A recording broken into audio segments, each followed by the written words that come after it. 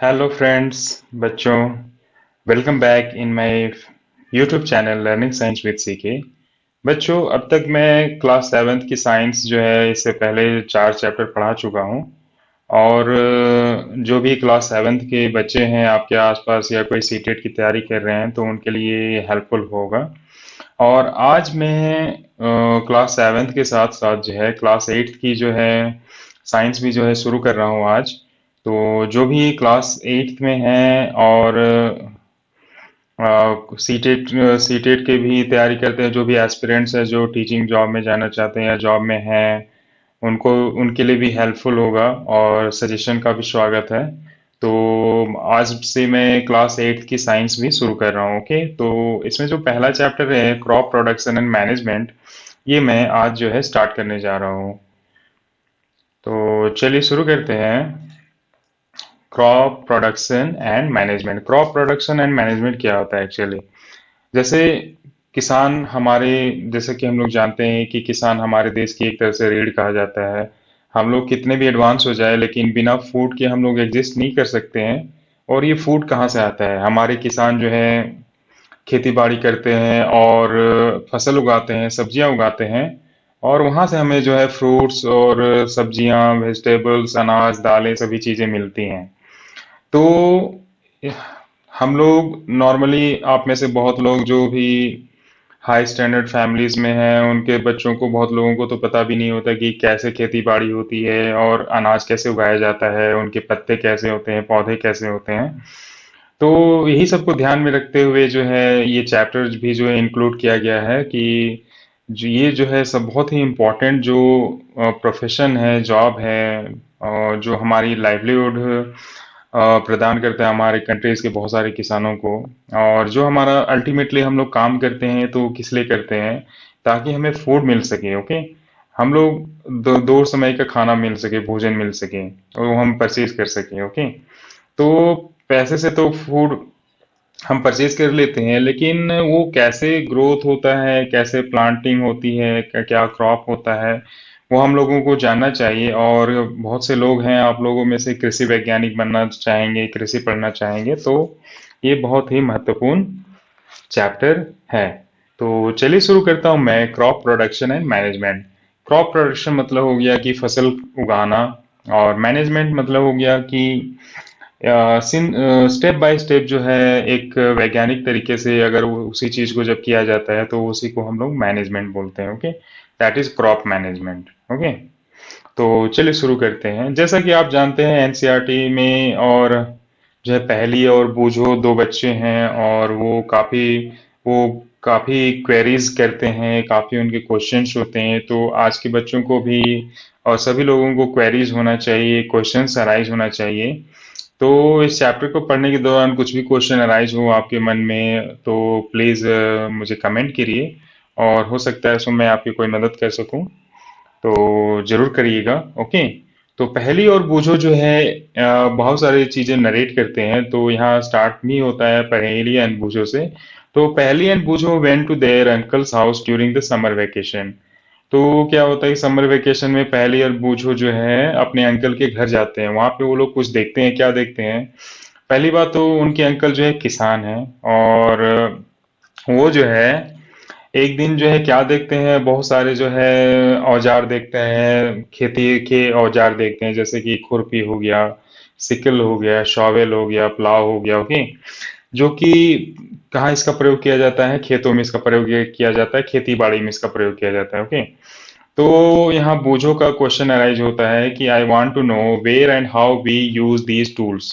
तो जो भी टूल्स का यहाँ पे उन्होंने देखा अपने अंकल के यहाँ, खुरपी हो गया, सिकल हो गया, शॉवेल हो गया, प्लाव हो गया, तो इसका कहाँ प्रयोग किया जाता है ये जानना चाहता है बूझो। ओके, तो इस चैप्टर को पढ़ने के बाद, इस चैप्टर को जानने के बाद बूझो और पहली को भी इसका बारे में जानकारी हो जाएगा, आपको भी हो जाएगा, मुझे भी हो जाएगा, हम सबको हो जाएगा। ओके, तो प्लीज वीडियो में बने रहिएगा, ध्यान से देखिएगा तो आपको सारी जानकारी मिलेगी।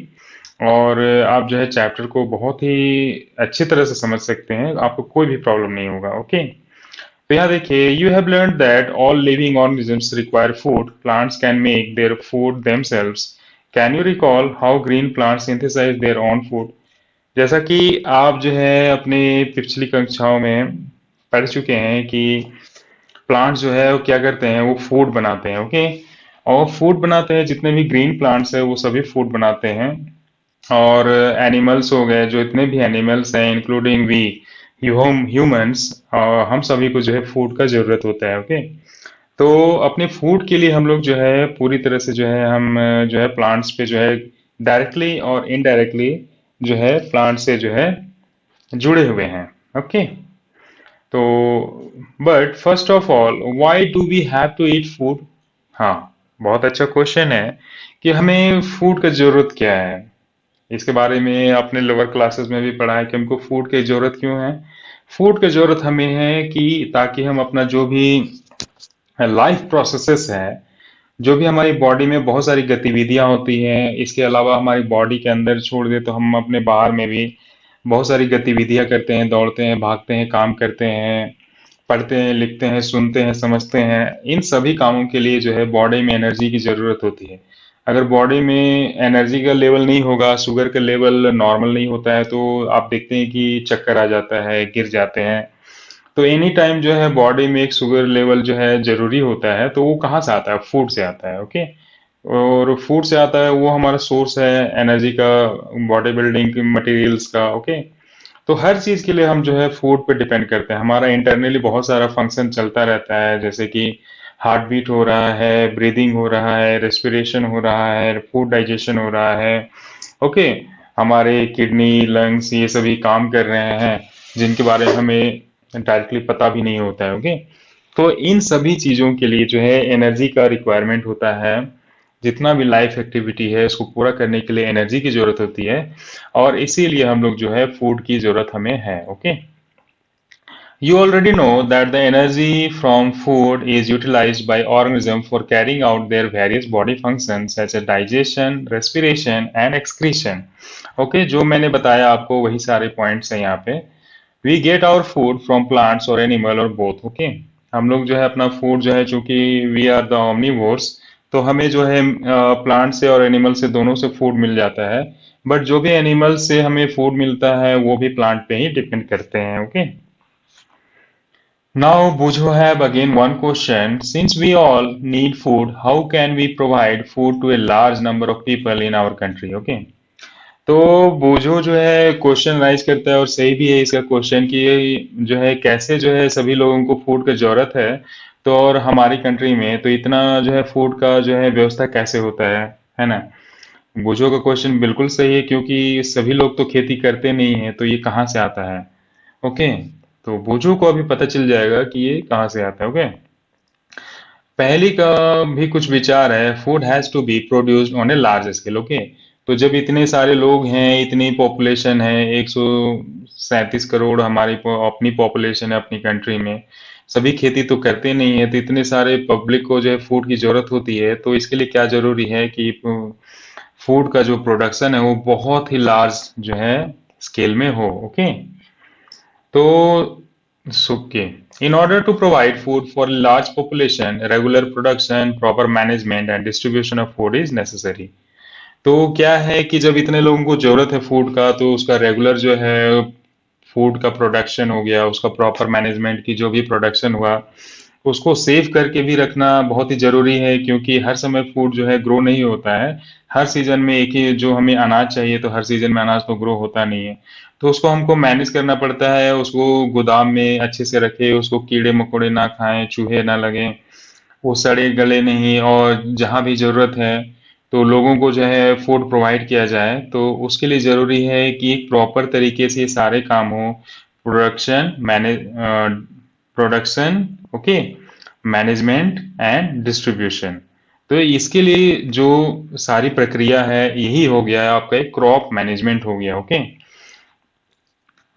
अभी देखिए लॉकडाउन का पीरियड है, लोग घर में हैं, तो अब फूड कहाँ से आएगा? हर कोई तो खेती करने जा नहीं रहा है, तो एक प्रॉपर मैनेजमेंट की जरूरत होती है, that is called crop management, कि सभी लोगों को फूड मिल सके और सभी जी सके। ओके, एग्रीकल्चरल प्रैक्टिसेस, देखिए जब हम लोग अपने पौराणिक समय की बात करते हैं, तो ये माना जाता है, और ये सच भी है, कि हम जो लोग थे वो क्या है कि घुमंतु थे। वो क्रॉप जो है ग्रो करना नहीं जानते थे। बाद में उन लोगों ने सीखा, लोगों ने, कि ऐसे क्रॉप को जो है ग्रो कर सकते हैं, हम लोग खेती कर सकते हैं, अनाज उगा सकते हैं। अदरवाइज उससे पहले वो कंदमूल ही खाते थे और शिकारी करते थे। ओके। तो धीरे धीरे लोगों ने जो है खेती करना सीखा, क्रॉप जो है मैनेजमेंट, कैसे खेती करना है, कैसे अनाज उगाना है, इन सभी चीजों को सीखा। तो till 10,000 BC, people were nomadic. They were wandering in groups from place to place in search of food and shelter. Okay. आज से 10,000 साल पहले तक, 10,000 बिफोर क्राइस्ट। ओके। जो भी हमारा ईस्वी सन चल रहा है उससे 10,000 साल पहले तक जो है लोग क्या थे, वो जो है घुमंतु थे। यहाँ वहाँ घूम चलते थे, खेती बाड़ी नहीं जानते थे, यहाँ फूड कलेक्ट करते थे जो भी नेचर से मिल जाता था, और जो है उसी से जो है अपना जीवन यापन करते थे। They ate raw fruits and vegetables and started hunting for animals for food. Later, they could cultivate land and produce rice, wheat and other food crops. Thus was born agriculture. Okay. बाद में धीरे धीरे उन लोगों ने सीखा कि भाई ऐसे जो है हम लोग खेती कर सकते हैं, किसी तरह से सीखा। और उसके बाद जो है, जब लोगों को समझ में आ गया कि नहीं, हम लोग अनाज उगा सकते हैं, चावल गेहूं कर सकते हैं, तो इस तरह से जो है धीरे धीरे लोगों ने सीखा, और जो है एग्रीकल्चर प्रैक्टिस जो है शुरू हुआ। ओके। तो अब क्या है क्रॉप? क्रॉप क्या हो गया? When plants of same kind are grown and cultivated at one place on a large scale, it is called crop. Crop क्या हो गया कि कोई एक ही प्लांट को हम लोग जो है लार्ज स्केल में जब ग्रो करते हैं, जैसे कि हमने धान या गेहूं लगा दिया, तो पूरे खेत में हमने जो है धान ही लगा दिया या हमने गेहूं ही लगा दिया, तो इस तरह के जो प्रैक्टिस होता है, एग्रीकल्चरल प्रैक्टिस, या इस तरह का जो क्रॉप, फसल हो, दैट इज फसल इन हिंदी इट इज कॉल्ड। तो इस तरह का जब किसी प्लांट को काफी संख्या में या फिर अनगिनत रूप से काफी जगह में एक ही फसल को जब उगाया जाता है, तो उसको हम लोग क्रॉप बोलते हैं। ओके। जैसे कि क्रॉप ऑफ व्हीट, इसका मतलब हो गया कि जितने भी पौधे वहां पे हैं उस फील्ड में, वो सभी जो है गेहूं के ही हैं, व्हीट के ही हैं। Okay. Now you already know that crops are of different types like cereals, vegetables and fruits. Definitely आपको पता है कि क्रॉप जो है बहुत तरह के होते हैं, इसको कैटेगराइज किया गया है कि ये सीरियल्स हैं, ये वेजिटेबल्स हैं, ये फ्रूट्स हैं। Okay. These can be classified on the basis of the season in which they grow. सही है। और सभी को जो है सीजन के अनुसार जो है क्लासिफाई किया जाता है, कि ये जो है इस सीजन में ग्रो करेगा, ये उस सीजन में ग्रो करेगा, है ना। India is a vast country. The climatic condition like temperature, humidity and rainfall vary from one region to another. सही है। हमारे देश में आपको पता है कि जो क्लाइमेट है वो जो है बहुत ही, इसमें वैरायटी है ना। बहुत ही बड़ा हमारा कंट्री है। तो जो क्लाइमेटिक कंडीशन है, जैसे कि क्लाइमेटिक कंडीशन मतलब क्या हो गया कि टेम्परेचर हो गया, ह्यूमिडिटी की आर्द्रता, नमी कितनी है हवा में, वायु पानी का लेवल कितना है हवा में। ओके। रेनफॉल क्या है। और ये जो है एक जगह से दूसरी जगह हमारी कंट्री में जो है बिल्कुल अलग अलग तरह का है, कहीं भी सेम तरह का नहीं है। Okay. Accordingly, there is a rich variety of crops grown in different part of the country. Despite this diversity, two broad cropping pattern can be identified. Okay. तो हमारे देश में जो है क्लाइमेटिक कंडीशन में सब जगह अलग अलग है, तो इस वजह से क्या है कि क्रॉप जो ग्रो किया जाता है वो भी डिफरेंट वैरायटीज के होते हैं। ओके। इसके बावजूद जो एक कॉमन पैटर्न जो आइडेंटिफाई किया गया है फसल उगाने में, वो इस तरह से है। पहला है खरीफ क्रॉप और दूसरा है rabi crop. Okay. Kharif crop हो गया कि the crops which are sown in the rainy season are called kharif crop. Okay. Rainy season में जो भी फसलें उगाई जाती हैं वो जो है खरीफ क्रॉप हुई। इसका आपका जो है टाइमिंग हो गया जून से सितंबर इंडिया में, और जो फसलें हैं पैडी हो गया, मेज हो गया, सोयाबीन, ग्राउंड नट और कॉटन, वैसी सारी फसलें जिसमें कि पानी की मात्रा ज़्यादा की आवश्यकता होती है, बहुत ही ज़्यादा पानी की मात्रा होती है, आवश्यक होती है खेतों में, तो वो सारी फसलें जो हैं खरीफ फसलें कही जाती हैं और इस मौसम में उगाई जाती हैं। दूसरी होगी रबी फसलें, इसमें पानी की आवश्यकता कम होती है, और ये जो है कब ग्रो की जाती है, नॉर्मली विंटर सीजन में। ओके। जैसे कि इनका टाइम पीरियड नॉर्मली क्या है, अक्टूबर से मार्च है। और कुछ एग्जांपल्स की बात करें, जैसे कि गेहूं है, ग्राम है, पी है, मस्टर्ड है, लिनसीड है। ओके, तो ये सभी जो जो पौधे हैं जिनको वाटर की रिक्वायरमेंट थोड़ी कम होती है in comparison to kharif crop, तो वो सभी जो है रबी क्रॉप्स कही जाती हैं और इस सीजन में उगाई जाती हैं। इसके अलावा भी पल्सेस हैं या वेजिटेबल्स हैं जिसको कि गर्मी में उगाए जाते हैं। वेजिटेबल्स आप देखिए अभी के समय में तो सालों भर उगाए जाते हैं, क्योंकि हाइब्रिड्स इतने डेवलप हो चुके हैं, उनके जो है जेनेटिक चेंजेस इतने किए जा चुके हैं कि वो हमें सारी सब्जियां, ऑलमोस्ट सभी सब्जियां जो है सभी सीजन में मिल जाती हैं। और सब्जियां तो नॉर्मली सालों भर उगती रहती हैं। ओके, लेकिन समर में और जो है मेनली ये ज़्यादातर इसका जो है खेती होती है। Okay, basic practices of crop production. तो जो अब तो हमने समझा कि इस तरह से खेती बाड़ी की आवश्यकता क्या है, और फिर हमने समझा कि क्रॉप्स क्या होते हैं, वैरायटीज ऑफ क्रॉप्स क्या होते हैं, और उसके बाद हम लोग समझेंगे कि जो क्रॉप का प्रोडक्शन होता है उसका बेसिक प्रैक्टिस क्या है, कि कोई भी क्रॉप अगर उगाया जा रहा है तो उसको कैसे किसान जो है स्टेप बाय स्टेप जो है क्या क्या करता है उसके लिए। ओके, तो ये चीज हम लोग यहाँ पे समझने का कोशिश करेंगे। Why can paddy not be grown in the winter season. अब यहाँ क्वेश्चन बूझो को आया कि भाई जो धान है वो हम लोग विंटर सीजन में क्यों नहीं ग्रो कर सकते हैं। देखिए पहले शायद इसका जवाब दे दें।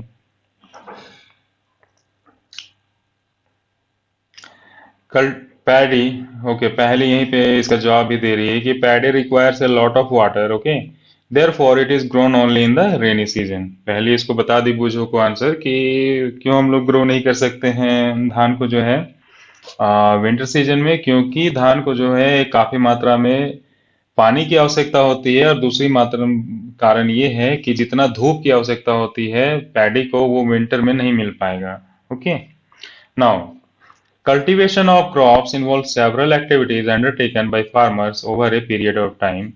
You may find that these activities are similar to those carried out by a gardener or even by you when you grow ornamental plants in your house. Okay, तो जो कल्टीवेशन, क्रॉप का कल्टीवेशन है उसमें जो है बहुत सारा activities होता है जो फार्मर करता है एक पीरियड के दौरान, जो भी सीजन होता है। अगर 3 से 4 महीने की फसल की नॉर्मली जो है लाइफ साइकिल होती है, तो उस दौरान जो भी एक्टिविटीज की जाती है वही जो है आपका बेसिक प्रैक्टिसेस है।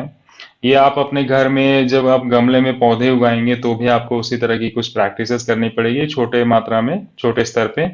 या आपके गार्डनर आपके स्कूल में या आपके घर में भी जो है आपने देखा होगा, या आप खुद करते होंगे, तो आप पूरे कुछ स्टेप बाय स्टेप आपको तो चलना पड़ता है, तो उसी तरह का स्टेप जो है बेसिक प्रैक्टिस वो कहते हैं।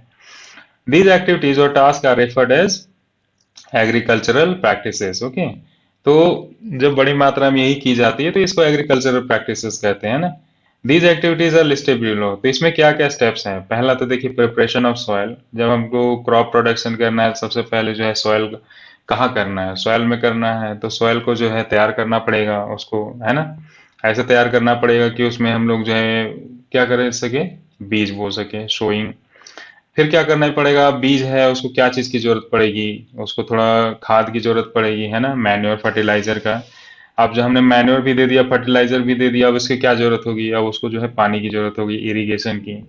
ओके, इरिगेशन हो गया, पानी दे दिया हमने उसको, तो अब क्या होगा, धीरे धीरे प्लांट जो है सीडलिंग, सीड से सीडलिंग बनेगा, उसमें से प्लांट आएगा, ग्रो करेगा। ओके, अब इसको जो है क्या जरूरत है कि जो भी प्रोटेक्शन फ्रॉम वीड्स, जो भी उसके साथ जो है खरपतवार उग रहे हैं उनसे उनको सुरक्षा का जरूरत है ना, ताकि वो उससे कंपटीशन ना कर पाए। वीड्स क्या है, वो सभी अनवांटेड पौधे हैं जो मेन जो क्रॉप का पौधा होता है उसके साथ कंपटीशन करते हैं, उसका जो भी खाद है, पानी है, उसको एब्जॉर्ब कर लेते हैं। ओके, और उसको जो है मेन क्रॉप को बढ़ने नहीं देते हैं।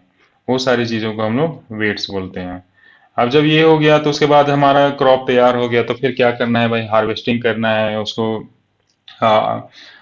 यूजफुल पार्ट को और अनवांटेड पार्ट को अलग अलग करना है। ओके, हार्वेस्टिंग हो गया, उसको हमको क्या करना है कि हमको अब उसको लंबे समय के लिए, सालों भर के लिए चाहिए, तो उसको हमको जो है क्या करना है कि प्रॉपर स्टोरेज करना है। ओके, बहुत ही बेसिक तरीका है, बहुत ही सिंपल है, स्टेप बाय स्टेप है। अगर आप खेती किसानी परिवार से हैं तो आपके लिए ये बहुत ही सिंपल बात है, इसमें कुछ भी ऐसा नहीं है जो आपको समझ में नहीं आएगा।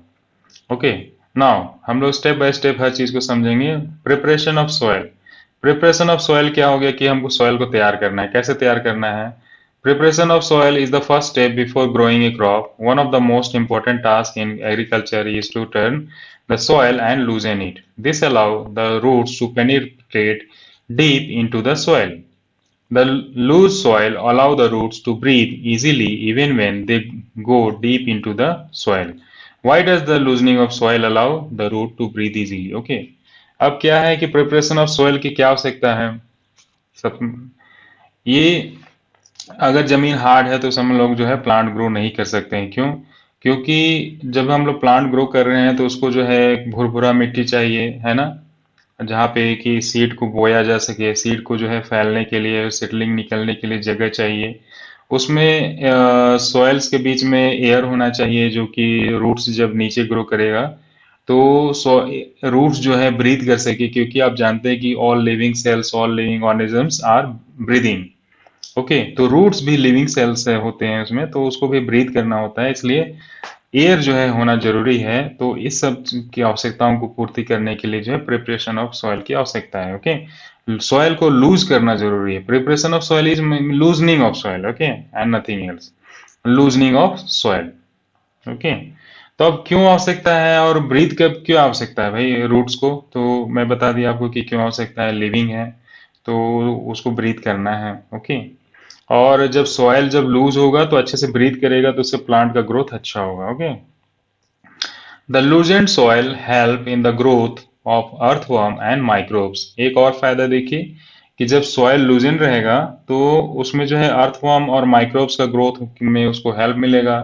अर्थवर्म ग्रो करेंगे, माइक्रोब्स ग्रो करेंगे, जो कि प्लांट को ग्रोथ में हेल्प करते हैं। Okay, present in the soil. These organisms are friends of farmer since they further turn and loosen the soil and add humus to it. Okay.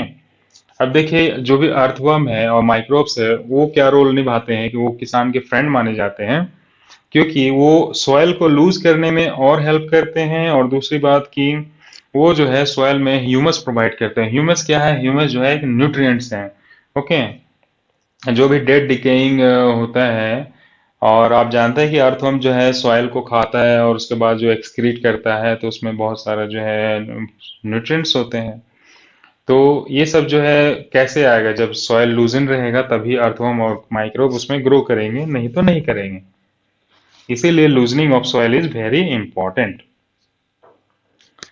Now you have learned in the previous class that soil contain minerals, water, air and some living organisms. ये आप पढ़ चुके हैं पहले ही कि soil में बहुत सारे मिनरल्स होता है, वाटर होता है, एयर होता है, लिविंग ऑर्गेनिज्म होते हैं। In addition, dead plants and animals are decomposed by soil organism. In this way, various nutrients held in the dead organisms are released back into the soil. These nutrients are again absorbed by plants. Okay. तो soil में क्या है कि बहुत सारे, जैसे कि आप जानते हैं, सॉरी, कि उसमें बहुत सारे पहले के, जैसे हमने कोई क्रॉप ग्रो किया तो वो जब डेड हो जाता है तो वो जो है उसी मिट्टी में मिल जाता है, डिकम्पोज हो जाता है, बैक्टीरिया उसको डिकम्पोज कर देते हैं। तो उससे क्या होता है, जो भी न्यूट्रिएंट्स उसमें था वो जो है मिट्टी में मिल जाता है। और वही जो है दोबारा जब हम उसमें कोई प्लांट ग्रो करते हैं तो वही सारे न्यूट्रिएंट्स जो है अगला प्लांट को आवश्यक होता है। तो वो इसीलिए जो है इस तरह से जो है आवश्यकता होती है ह्यूमस की और मिनरल्स की, मैन्योर की, ओके, फर्टिलाइजर्स की। Since only a few centimeters of the top layer of soil support plant growth, turning and loosening of soil bring the nutrient-rich soil to the top so that plant can use these nutrients. Okay, जैसा आपको पता है कि only few centimetres, okay, 10-20 centimetre, 10 maximum 10 centimetre to 12 centimetre, इतना ही जो soil का level है उसी में जो है प्लांट को ग्रोथ के लिए सपोर्ट करता है। तो उसको जो है अप डाउन करना और उसको लूजनिंग करना और जरूरी है, ताकि जो न्यूट्रिएंट्स नीचे हैं वो ऊपर आ जाएं और प्लांट को हेल्प करे ग्रोथ में। Okay, so turning and loosening of soil is very important for cultivation of crop. इस तरह से आप समझ गए कि क्या हो सकता है, क्यों हो सकता है turning and loosening of cultivate soil. The process of loosening and turning of soil is called tilling और प्लाविंग। ओके, अब समझ गए कि क्यों आवश्यक है। तो और ये जो प्रोसेस है उसको हम लोग बोलते हैं टिलिंग और ploughing. This is done by using A plough. Okay, plough जो है एक औजार होता है जिसकी मदद से जो है टिलिंग और प्लाविंग की जाती है। Plough are made of wood and iron. Okay,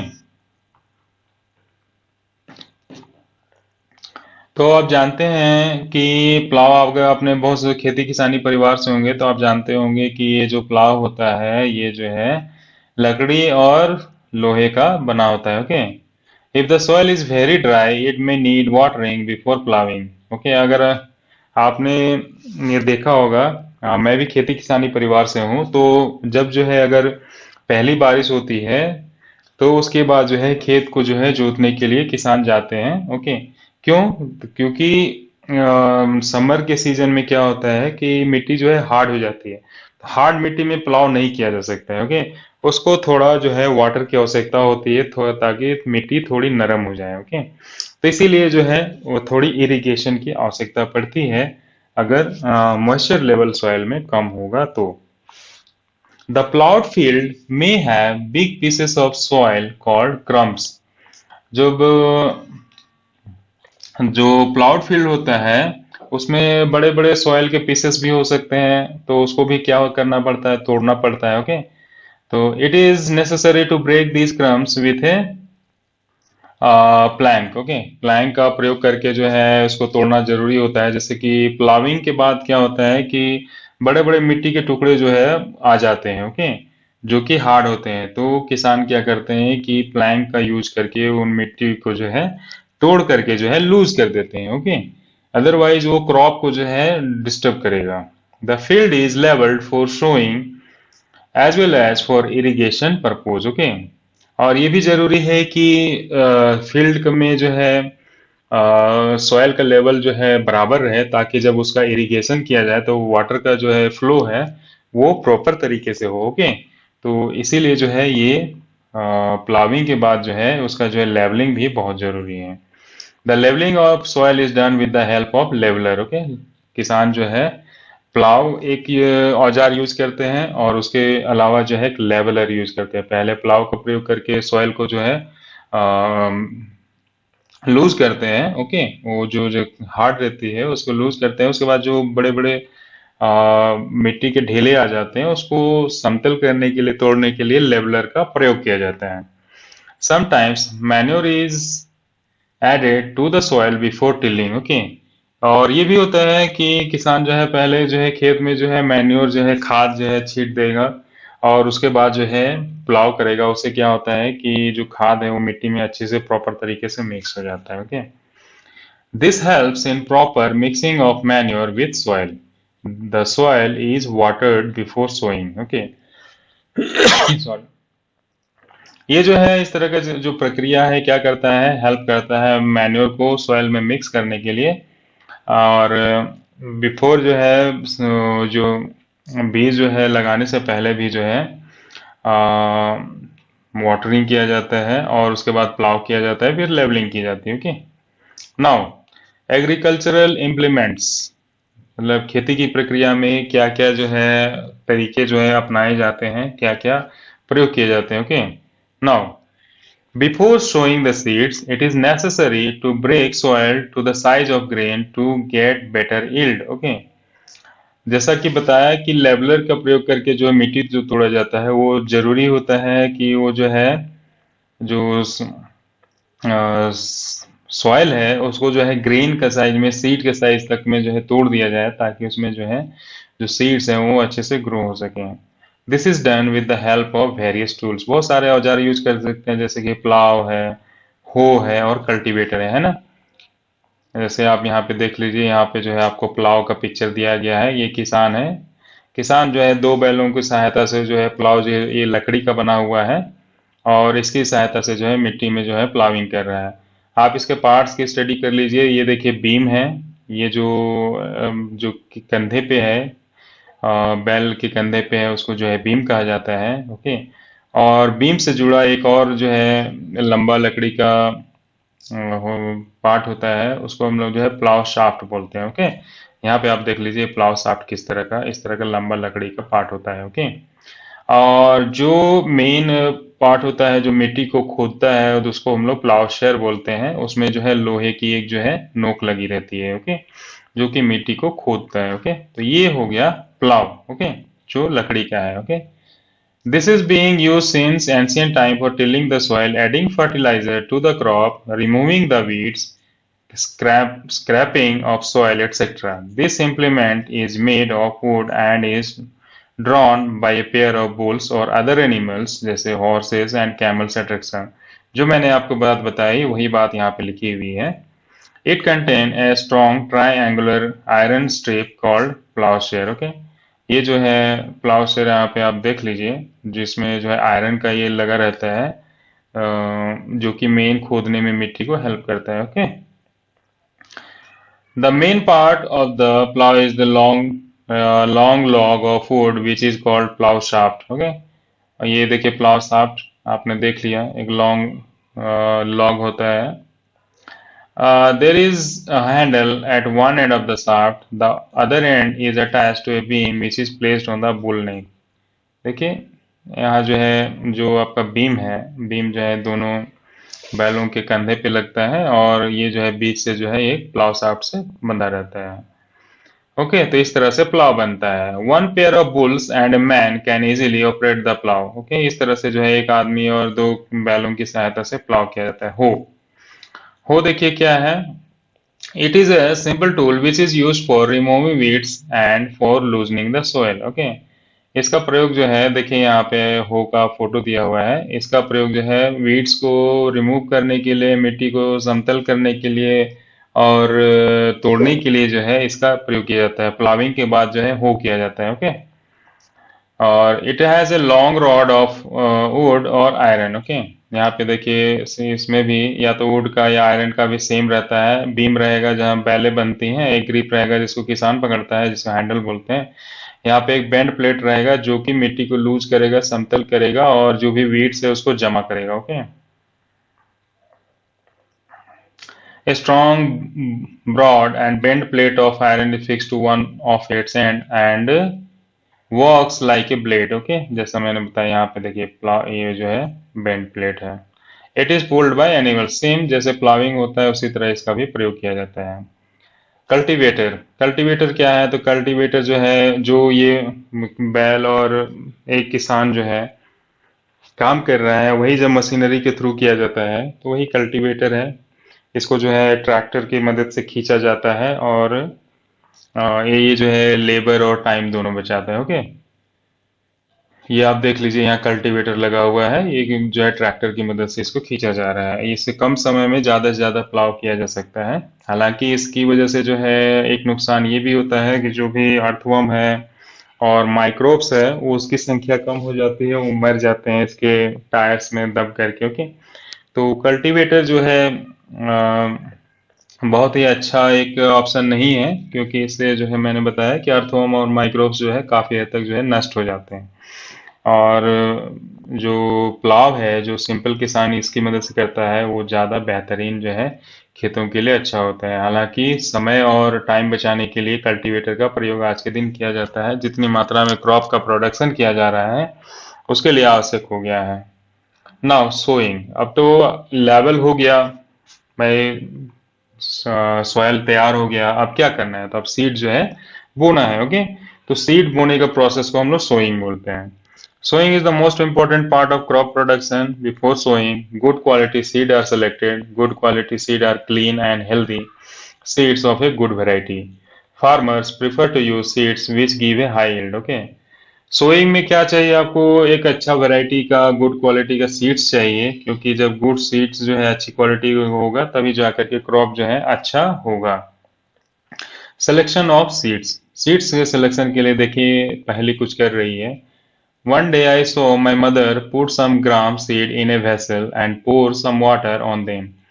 पहले ने देखा कि उसकी मम्मी ने जो है कुछ चने के बीज जो है एक बर्तन में डाले और उसमें पानी भर दिया। After a few minutes, some seeds started to float on top. कुछ समय के बाद क्या हुआ कि कुछ सीड्स वहां पे फ्लो करने लगे। I wonder why seeds float on water.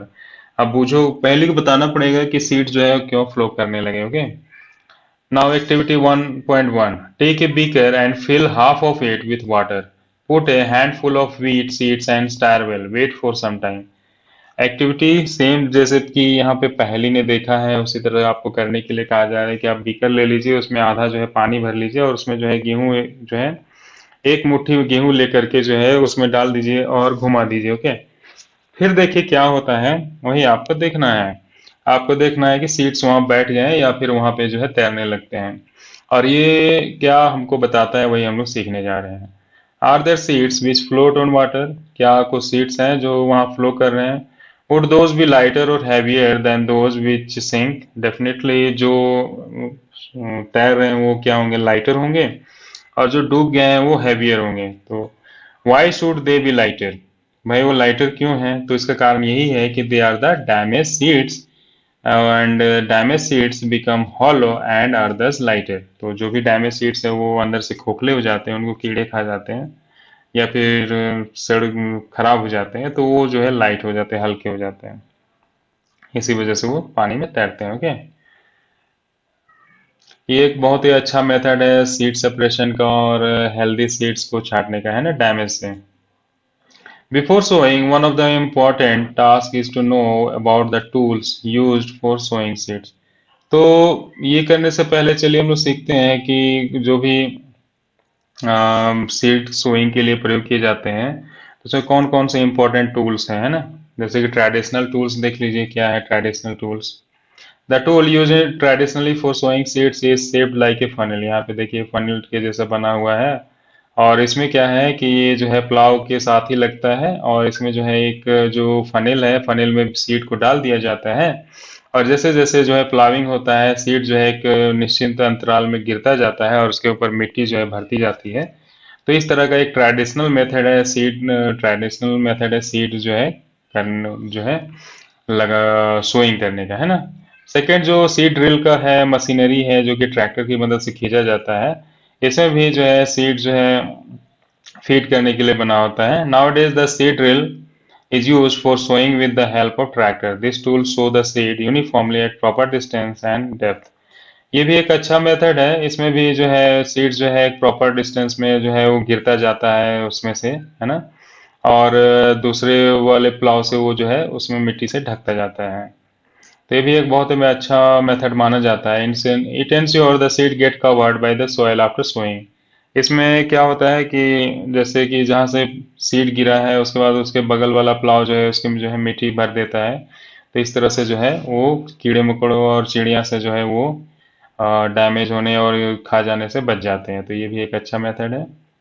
Now there is a nursery near my school. I found that little plants were kept in small bags. Why are they kept like this? तो बूझो ने देखा कि उसके जो है school के पास एक नर्सरी है जहाँ की पौधे जो है एक छोटे छोटे बैग्स में रखे जाते हैं, तो ऐसा क्यों है? तो देखिए पहले उसका जवाब दे रही है कि seeds of a few plants such as paddy are first grown in a nursery. When they grow into plantlet, they are transplanted in the field manually. Some forest plants and flowering plants are also grown in nursery. तो क्या होता है कि जो भी जैसे कि धान की खेती होती है तो उसमें जो है जो सीडलिंग्स हैं उसको जो है एक नर्सरी में तैयार किया जाता है कम जगह में, और जब वो कुछ पौधे के रूप में आ जाते हैं तो उनको वहां से निकाल करके जो है एक खेत तैयार करके और प्रॉपर डिस्टेंस में जो है दोबारा उसको रोपा जाता है। ओके, और इससे क्या होता है कि जो है किसान का समय बचता है कि उसको ज्यादा जगह में सीड बोना नहीं पड़ता, और इस प्रोसेस इस तरीके से जो है रोपने से क्रॉप प्रोडक्शन ज़्यादा होता है। और इसके अलावा ये भी बात है कि जैसे कि बड़े-बड़े जो प्लांट्स हैं, उनका जो है नर्सरी में ही छोटे जगह में उनकी जो है सीडलिंग तैयार की जाती है, छोटे-छोटे पौधे तैयार किए जाते हैं। फिर उनको जो है चूंकि वो बड़े-बड़े पेड़ बन जाएंगे तो एक प्रॉपर डिस्टेंस की फिर आवश्यकता होती है, तो उसको वहां से निकाल करके प्रॉपर डिस्टेंस में जो है उसको रोपा जाता है। तो इसीलिए नर्सरी की आवश्यकता होती है। ओके, यही बातें यहाँ पे बताई गई हैं। तो ओके दोस्तों, बच्चों, और तो आज के लिए मैं यहाँ पे छोड़ता हूँ, नहीं तो सेशन काफ़ी लंबा हो जाएगा। ओके, नेक्स्ट डे मैं आपको बताऊंगा कि जो सॉइल की जो है लूजनिंग हो गई, सॉइल मैनेजमेंट हो गया, सोइंग हो गया। अब है कि adding manure and fertiliser. Manure और फर्टिलाइजर जो है कैसे ऐड करना है वो मैं आपको बताऊंगा, और मैन्योर और फर्टिलाइजर का में क्या डिफरेंस है वो भी मैं बताऊंगा, और किस चीज़ का हमको प्रयोग करना चाहिए और फ्यूचर के लिए कौन बेनिफिशियल है, और ये सभी पोल्यूशन से रिलेटेड बातें भी होंगी। तो इसके लिए आपको थोड़ा वेट करना होगा, मेरे नेक्स्ट वीडियो में मैं आपको इसके बारे में बताऊंगा। ओके। ओके दोस्तों, ओके बच्चों, धन्यवाद मेरे साथ जो है स्टडी करने के लिए। आई होप कि आपको अच्छा लगा होगा। तो चलिए मैं यहीं पे इसको समाप्त करता हूँ आज के लिए, और नेक्स्ट वीडियो में मैं जो है यहाँ से आपको आगे जो है पढ़ाऊंगा। ओके। तो तब तक के लिए धन्यवाद, आपका दिन शुभ हो। और अगर आपको ये आप नए आए हैं तो मैं फिर से बता दूं कि मैं अभी तक सेवन्थ की साइंस 4 चैप्टर पढ़ा चुका हूं, और क्लास फिफ्थ की भी मैंने मैथ्स और साइंस की थोड़ी बहुत चैप्टर्स पढ़ाई हैं। और अभी मैं आपके क्लास एट्थ का शुरू भी कर दिया हूँ, तो ये पहला चैप्टर है और मैं कंटिन्यू करूँगा जैसे कि आपके स्कूल्स में पढ़ाई होती है। तो उसी सिलेबस के अनुसार मैं चलूँगा, ताकि आपको भी जो है अदर सब्जेक्ट्स के साथ जो है टैली करने में कोई प्रॉब्लम ना हो। ओके। तो आप जो है मेरा चैनल सब्सक्राइब कर लीजिए, ताकि आपको जो है इंफॉर्मेशन मिलता रहे, और आपको जो है नई वीडियो के बारे में जानकारी मिल जाएगी। ओके। ओके दोस्तों, फिर मिलता हूँ नई वीडियो में, और यहाँ से आगे के लिए मैं पढ़ाऊँगा फिर उसमें। तब तक के लिए धन्यवाद, आपका दिन शुभ हो। Bye bye.